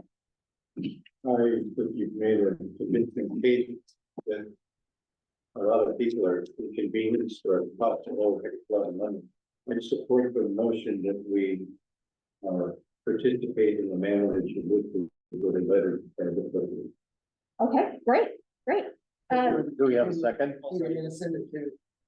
So, Jason does a second for the motion to write the letter as requested. We have discussion.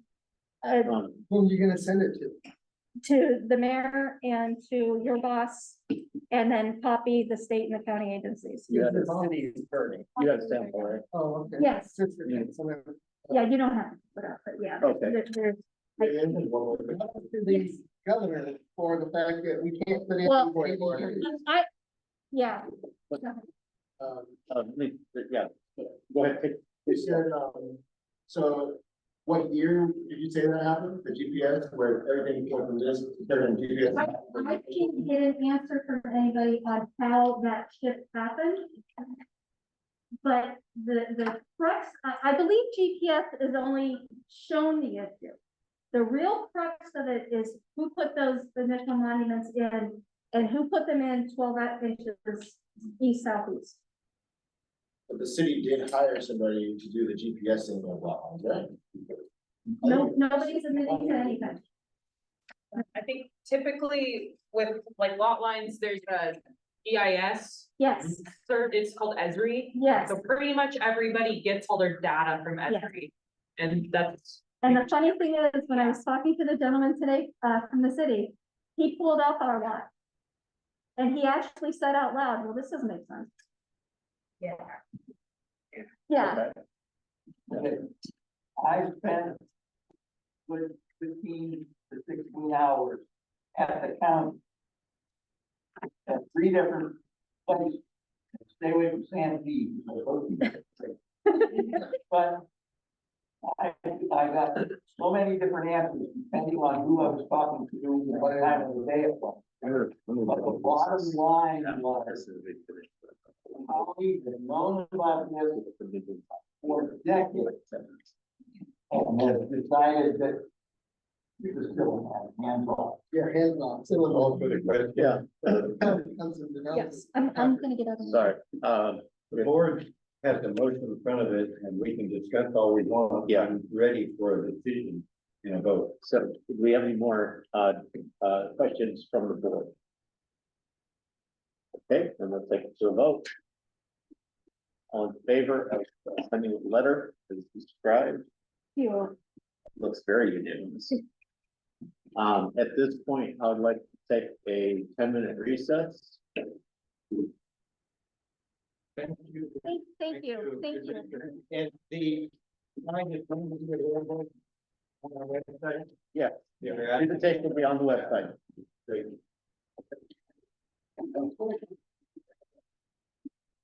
If you have any questions about the application, I have the.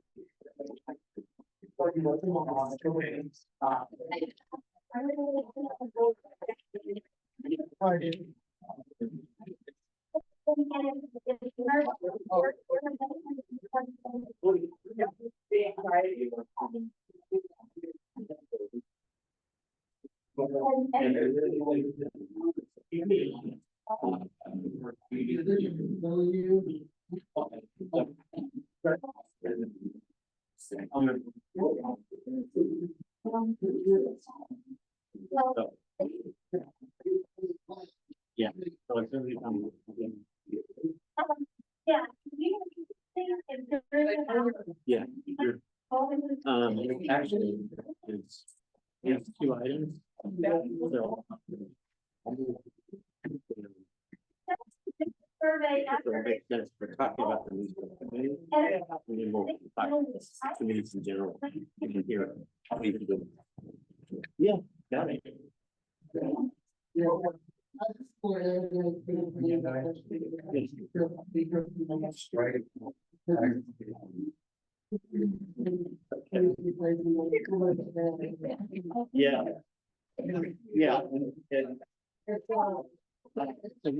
Rainy obviously.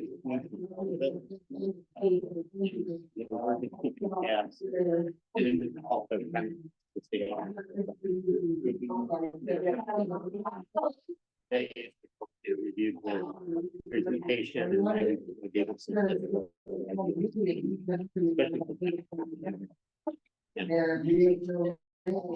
Oh, yeah. Well, I'm just becoming COVID, so. I'm a super modification. Nonetheless. I can't hear the part of that. Oh,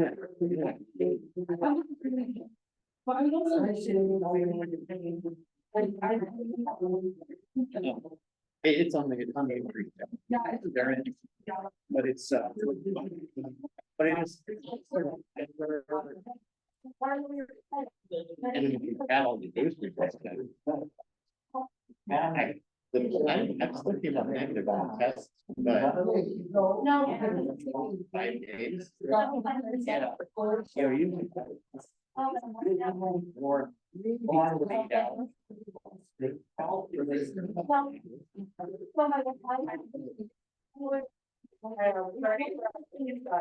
Yeah, it actually can make it feel like fine. Yeah. So like staycation. Yeah, because the hospital rule last symptom plus 48 hours on a negative test.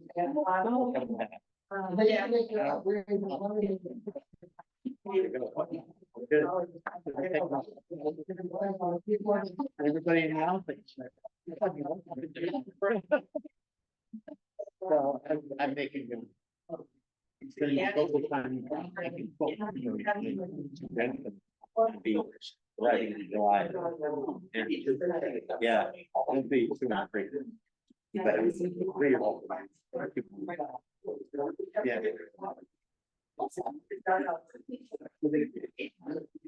Yeah. They would be. Can't make.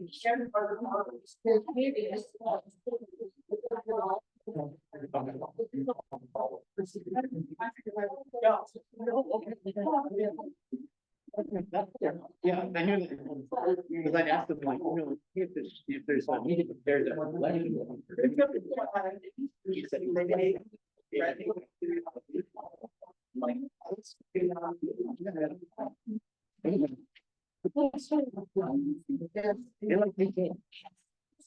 yeah, I hear nothing but like.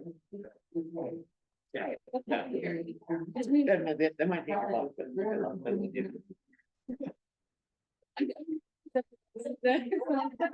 So, you know, the guy that wants to is thinking, right? Yeah, that's true. Yes, because you only have two choices. Piss off everybody. Piss off everybody. Two options. Yeah, right. It wasn't Abraham Lincoln said you can please some people all the time. Actually, wasn't saying. All of them. The same completely. Yeah. There's a project manager at APL.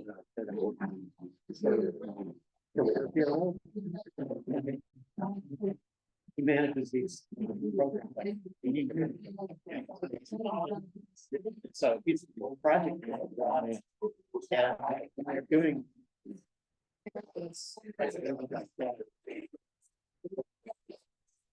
We have to do all the geologists, like, come as close as possible. Like, no, as far as, the gravitational field. So this is like, we be little faster, everybody was happy. That's all,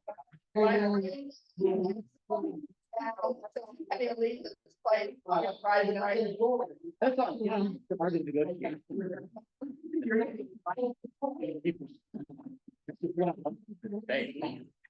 Yeah, like.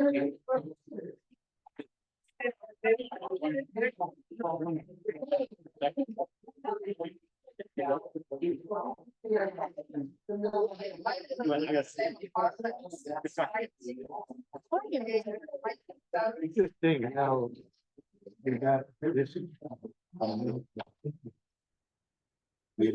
I don't think everybody waits for the so there must have been outreach. That's good. And I found out in my the front for that is a moratorium on in effect development in June. That's pretty important. But important. Amazing loss to the kids that are losing because the people don't. Yeah.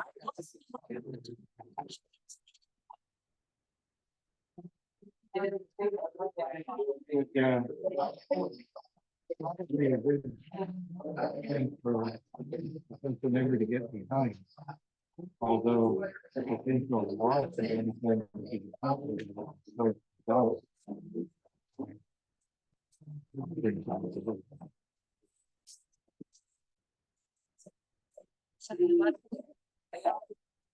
if we could just shift the crossing off the funds, we could just.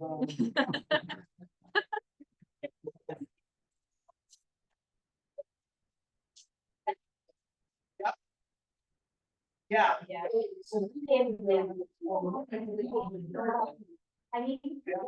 I don't.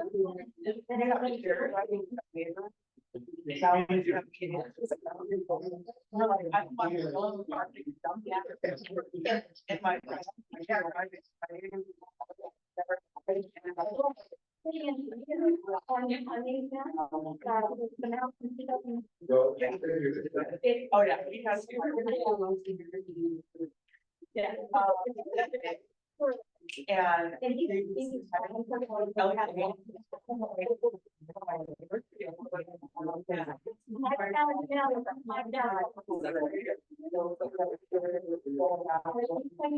Yeah.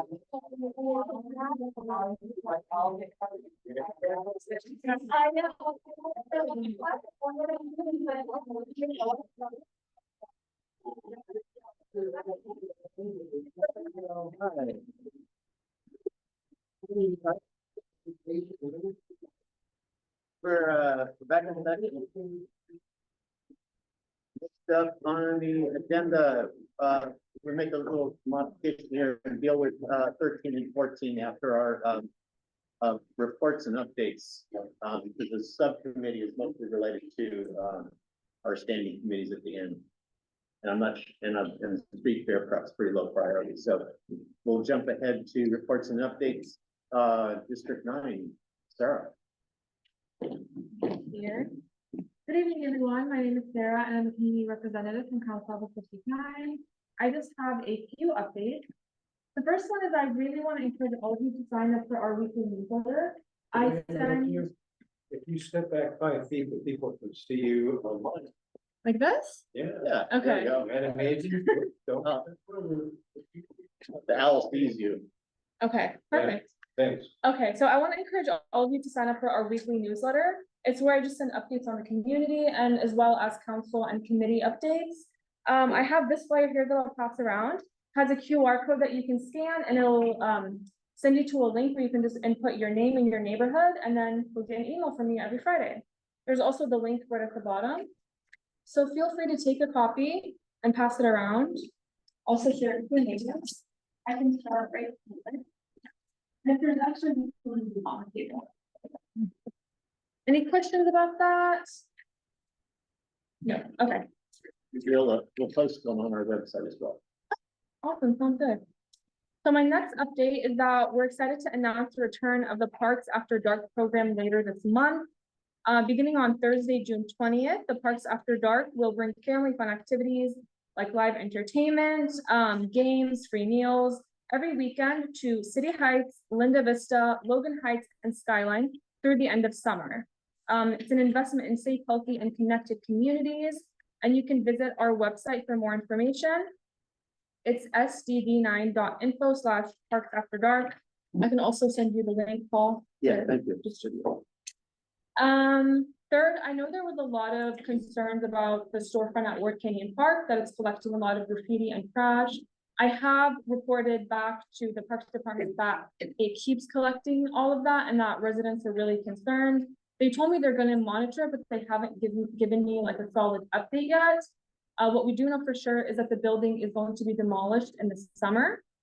So I will report back to you all about how they're monitoring for graffiti and trash, but that's the update I have on that. It's the storefront at Ward Canyon Park. Oh, Yes, it's kind of been abandoned. Yeah, it keeps collecting a lot of graffiti, and even after it's cleaned up. Yeah, exactly. Any questions about that? This thing, they're gonna do this thing. Yeah. what's gonna be going in its place? Sorry?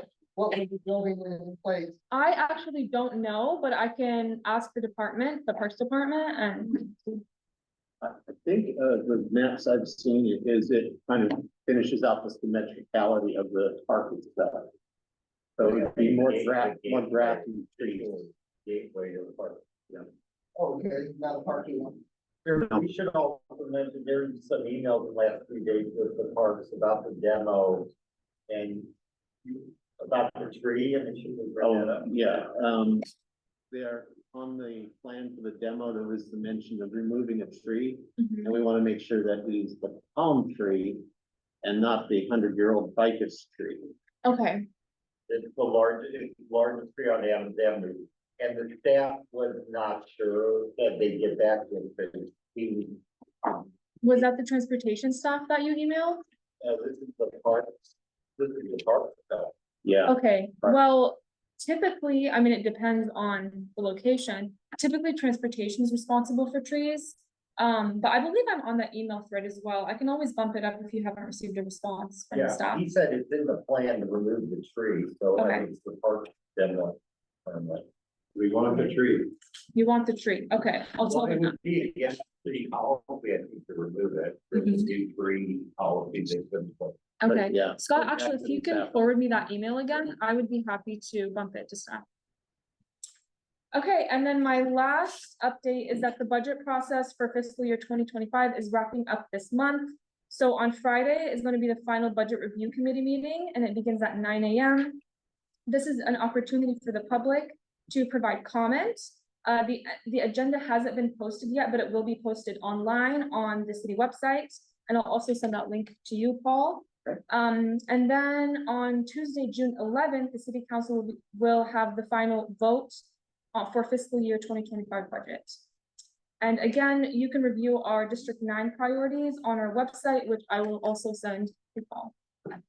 And those are all the updates I have for today. Any questions? I love that, I mean, that's what this, I don't know what came to, of that at the last rec meeting, I went to, I think last year, it was still like 2 or 3 years ago. So I believe the general plan for the working park has been completed. That's what I know, but I can give you more details talking about the plan. Well, just my comment about the trees, I love the trees here, I wish. We both could say that it's reached the end of the but they last about 100 years. Yes, Jim? Those of you who are interested in parks in Normal Heights should be aware that there is a Adams Community Recreation Group that meets the last Tuesday of every month.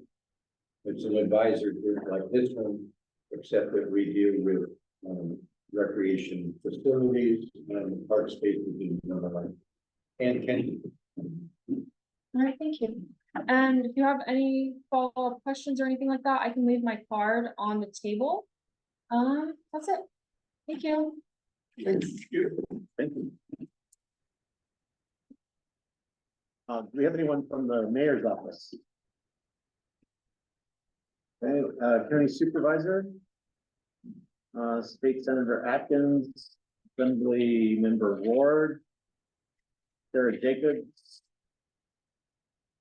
All right, and that concludes the reports and updates for government. Thank you. Next up's chair report, the ad hoc subcommittee to submit to the grand jury regarding SD planning department. That is now concluded. The result of that was 4 documents, 4 separate requests that will be submitted to the grand jury. The CPC approved those documents, and they've gone to the chair for signature. Once they have the signature, they'll be emailed to the grand jury as a request for investigation. All of those documents and the notes surrounding those documents are available at Normal Heights cpg.org/grand jury, and that'll take you to those documents. Next up, community group updates. Adams Avenue Business Association. The AABA had 2 weeks ago a very successful Alleys in Action event. We've been partnering with UCSD to re-examine the usage of alleys in our local neighborhood. We have our next event for that scheduled in November. Case of Adams is coming up June 30th. We have 43 restaurants participating. We're right in line with our ticket sales. And street fair, exciting news about the street fairs that we submitted a new map to the fire department. 2 years ago, we had to push the boost to the sidewalks instead of those streets the fire department goes our fire lanes were wide enough. So anyway, we have a new map to try to get the boost back in the middle of the street, and so people can walk between the storefronts. We're not hiding the storefronts with the vendors. It's been a problem for the last 2 years. Thank you. El Cajon Boulevard Business Improvement Association. Gary. The Oklahoma Boulevard BIA had a meeting last week here in Heights, John 37. To talk about what they call the Boulevard Central Hub, which is the linear strip between 805 and 15. So there's ever an area that needed attention and beyond. And they are beginning to work with, I think, the urban planners to be not really sure. And I strongly advise you to get in touch with them.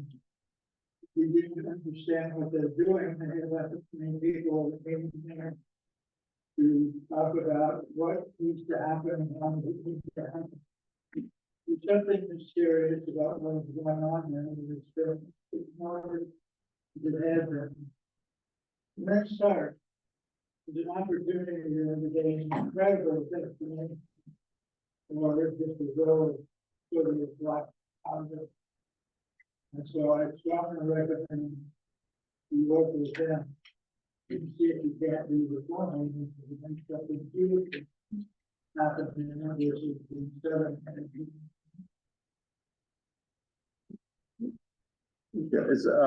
Is Boulevard Central Hub a replacement for the term corridor? Is the Boulevard Central Hub a replacement for the term corridor? I wish it was. Corridor is the worst piece of language. No, they have hubs. They've established hubs at 30th and in the little Saigon area and Fairmont, 43rd, and they're working. That's the kind of book I understand.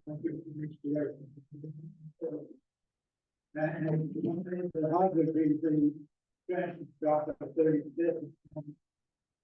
And then there's also plans for substantial building, bordering of, right adjacent to the ground. So I would, they have been talking about these various sub-areas, because the area is still there. We're gonna break it up into manageable pieces. And it's time to take a look at this one and offer it for them. As long as I can find the fee structure. For all of the rest of it is level. So, thank you for that. Good, thank you. Normal Heights Community Association, Normal Heights Urban Arts. We have Greg or Norma. Great. Adams Avenue Community Recreation Advisory Group. We had, a walkthrough the other day, for we want to make, we're getting the proposal for the community garden. We had a walkthrough over there, and they did find water over there, so they can get water to it. And so we're talking about that, and then we were also talking about the dog park, which Caltrans doesn't want to give us the right of way there. And the neighbors were complaining about a lot, where they've been staging all the trucks and the dirt and everything for doing the roads. The neighbors were kind of complaining about all the dust and everything. They can't even go in the yards or do anything. Even got a new house over there is getting dusted out. And they've been talking about that and about demolishing the mock building. And the tree that over there that nobody was trimming. And I put several get it done apps over there because all the leaves and stuff in front of the left side of the mock building is like, it's gonna take a small or a large dumpster to get it out, everything out of there. And I've reported it 3 or 4 times and they always tell me it's resolved. They clean up the right side where the homeless have been hanging around, but they never clean up one. And I even brought the attention to Michelle, the director, center director, and she told me that her and the guy that's in charge of maintenance, they come in over there personally and they clean that up and they have. And so I did another get done app in there, so they're working on trying to get that removed. I haven't heard any. And not yet, it still hasn't been cleaned up, and this has been going on since like February, March, and it's hasn't done anything. And it's going out into, the rains, it goes out into the gutters, goes out into where the park benches. Okay. Thank you. That actually dovetails or overlaps with the Normal Heights for smart growth. So it went down to the park survey. I participated in the measurements for the community garden phase. There is a water meter there already, so it's just a matter of getting the water branched off of it and grading the lot for getting rid of the weeds and start building. I'm putting together a plan that'll be submitted to the engineer that we were emailing and see how that overlaps with their current plan. So we can take off some of the burden from their office and kind of accelerate what their plans already are. So we'll make sure that our plans aren't conflicting and we can get some community elbow grease into it and get gardening sooner rather than later. The other thing that's going on is we ran a contest for submitting get it done requests, and we have 3 winners. So the prizes, there are prizes for that.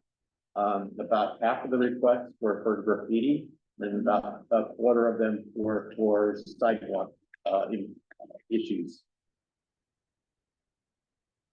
Standing committees, community plan update.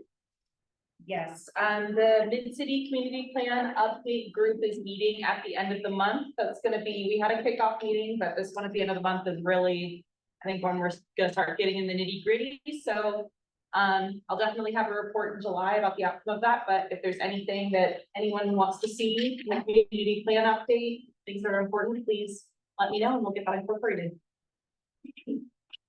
Thank you. Yeah.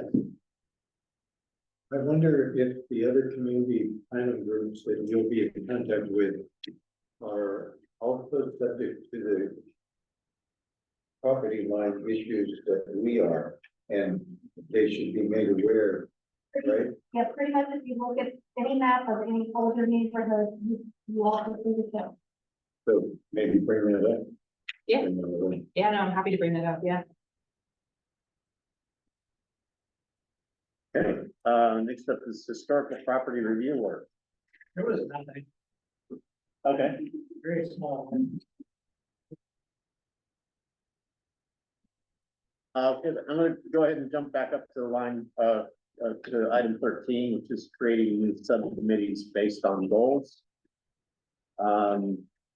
Think Greg is on our, committee for the goals.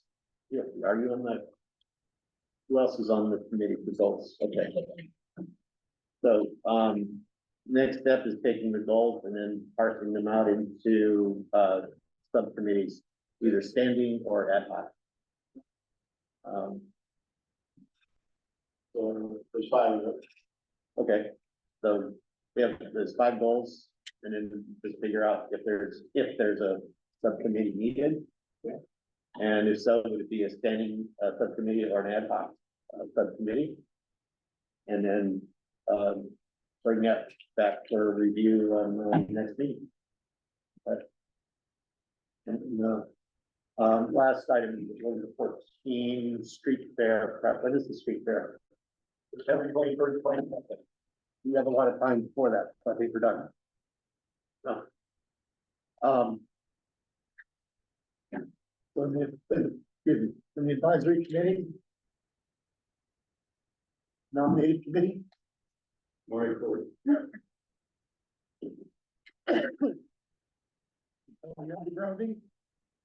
They're not here.